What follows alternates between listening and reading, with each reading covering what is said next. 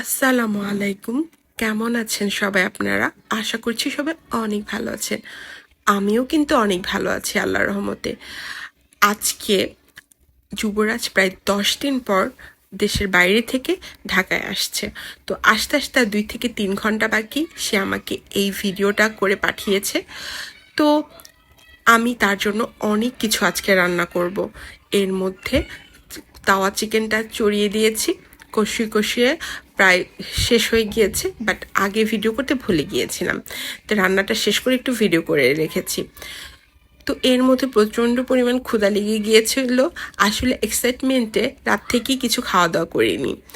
তো যুবরাজ আসলে একবারে দুপুরে তার সাথে ভাত খাবো, সেটার জন্যই কিছু খাওয়া দাওয়া করিনি। তো এর মধ্যে ক্ষুধা লেগে যাওয়াতে এখন আমি স্ট্রবেরিগুলোকে মাখাতে চেয়েছিলাম, না মেখেই অলরেডি খাওয়া শুরু করে দিয়েছি। লাল লাল স্ট্রবেরিগুলো দেখতে মিষ্টি মনে হলো, প্রচণ্ড পরিমাণে টক ছিল। এগুলা আমি অনেক কষ্ট করে খুঁজে বের করেছি, ইউনিমার্ট থেকে নিয়েছিলাম। একসাথে 2-3 প্যাকেট কিনে নিয়েছিলাম, কারণ একটা প্যাকেটে তো আমার হবে না, তাই 2-3 প্যাকেট কিনে নিয়েছিলাম। তো আমি এখানে ভুনা সেমাই রান্না করছি। যুবরাজের সবচেয়ে প্রিয় সেমাই হচ্ছে এটা, আরেকটা হলো নবাবী সেমাই। সে কুনাফা খুব পছন্দ করে, বাট বেস্ট পছন্দ করে এই সেমাইটা। প্রায় 2টা নারিকেল দিয়েছি, 250 গ্রামের মতো কিশমিশ দিয়েছি, বাদাম দিয়েছি, তারপর রান্না করছি। আর তার কথা হচ্ছে সেমাইয়ের থেকে বাদাম, কিশমিশ আর নারিকেলটা বেশি থাকতে হবে। তো জামাইয়ের জন্য যেহেতু রান্না করছি, সেহেতু তার মন মতোই আমি রান্না করব। তো এখানে ইচ্ছে মতো ঘি দিয়ে সুন্দর করে 2 থেকে 3 ঘন্টা লাগিয়ে এটাকে ভাজাভাজি করেছি অল্প আছে। আমি সবসময় চেষ্টা করি মানে ওর পছন্দ মতো রান্না করার জন্য। তো সে দেশের বাইরে যাওয়ার আগে এই যে এত বড় একটা তেলাপিয়া মাছ দেখতে পাচ্ছ, সেটা সে নিয়ে এসেছিল, প্রায় 3-4টার মতো, প্রায় 4.5 কেজির মতো। তো আমি আজকে একটা মাছ বের করেছি। এখানে সুন্দর করে কড়াইয়ের মধ্যে ভেজে এটাকে ভুনা ভুনা করবো টমেটো দিয়ে। মানে সে সেটা খেতে খুব পছন্দ করে। আজকে সব দেশীয় রান্না করছি তার পছন্দের মতো। মাছ থাকবে, মুরগি থাকবে, খুব সুন্দর করে তার জন্য উস্তার তিতা দিয়ে খুব সুন্দর করে ভাজি করব। মানে একটু দেশীয় আইটেমও রাখবো, আর বাচ্চাদের জন্য একটু চাইনিজ আইটেমও রাখবো। আজকে অনেক কিছু রান্না করতে হবে।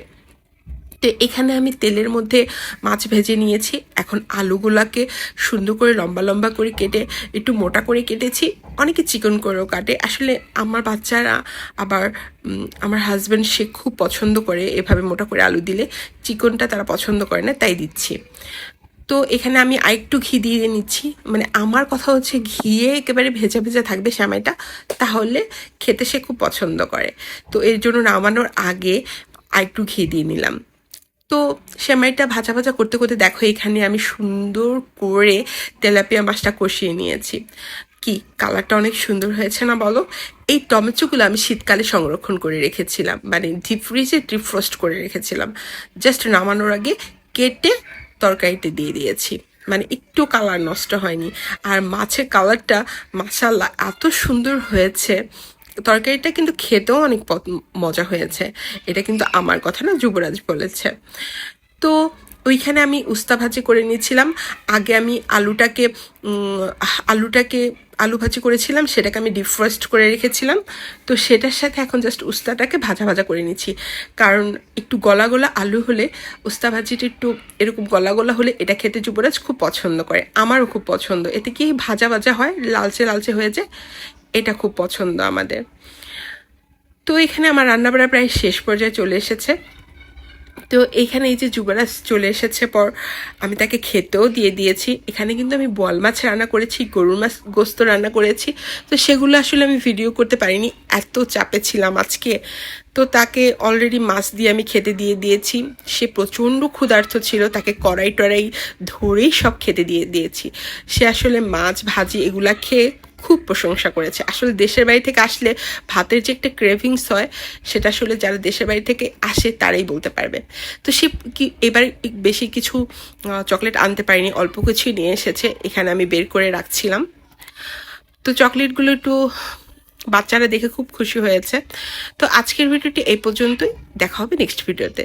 আল্লাহ হাফেজ।